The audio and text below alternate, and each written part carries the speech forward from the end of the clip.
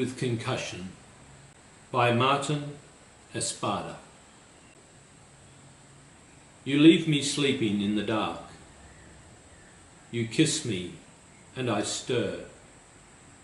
Fingers in your hair, eyes open, unseeing. You leave me asleep every morning, commuting to the school in the city at sunrise. The landlord's driveway, a muddy creek, ices over hard after the freezing rain clatters all night. Your feet fly up, your head slamming the ground, an eclipse of the sun flooding your eyes. You sleep under the car.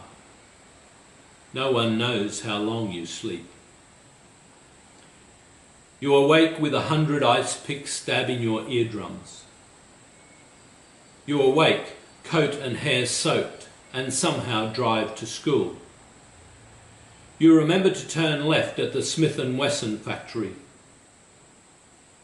The other teachers lead you by the elbow to Mercy Hospital, where you pause when the nurse asks your name, where you claim your pain level is a 4, and they slide you into the white coffin of an MRI machine. You hold your breath, they film your brain. Concussion. The word we use for the boxer plunging face first to the canvas after the uppercut blindsided him, not the teacher commuting to school at sunrise in a Subaru Crosstrek. Yet you would drive, ears hammering as they hammer in the purgatory of the MRI.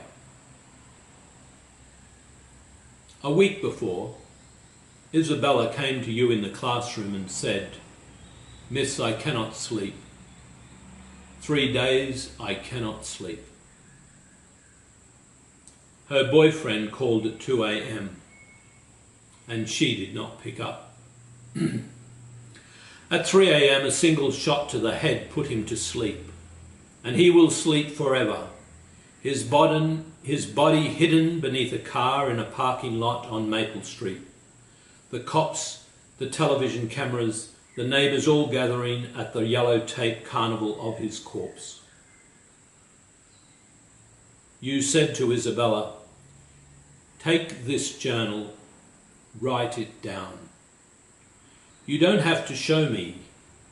You don't have to show anyone." On the cover of the journal you bought at the drugstore was the word dream. Isabella sat there in your classroom, at your desk, pencil waving in furious circles. By lunchtime, as her friends slapped each other, Isabella slept head on the desk, face pressed against the pages of the journal. This is why I watch you sleep at 3 a.m, when the sleeping pills failed to quell the strike meeting in my brain. This is why I say to you, when you kiss me in my sleep, don't go. Don't go. You have to go.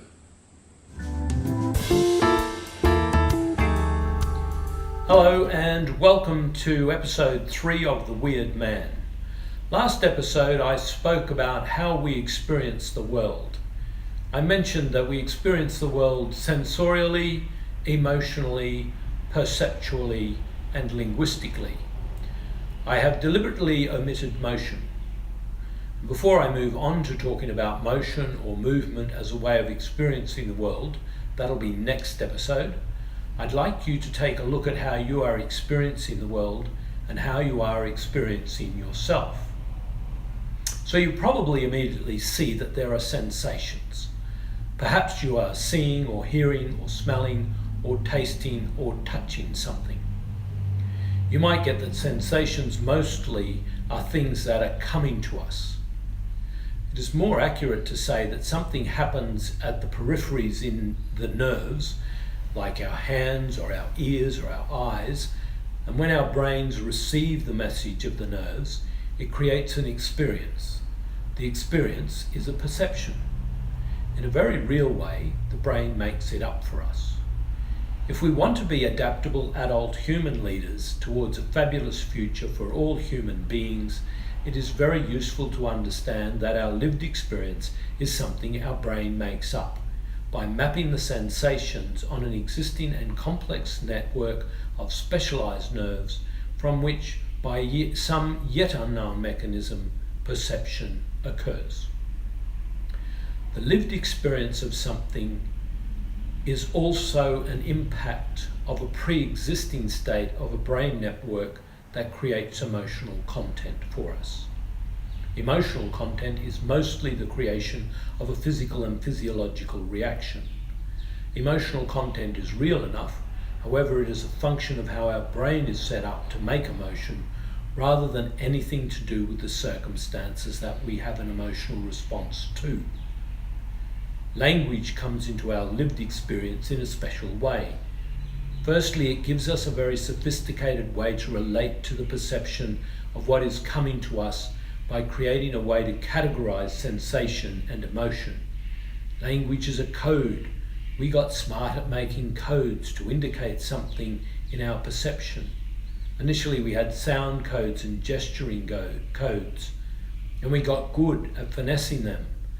And over the very, very many millennia, we finessed more and more until we had the complex and sophisticated language we have today.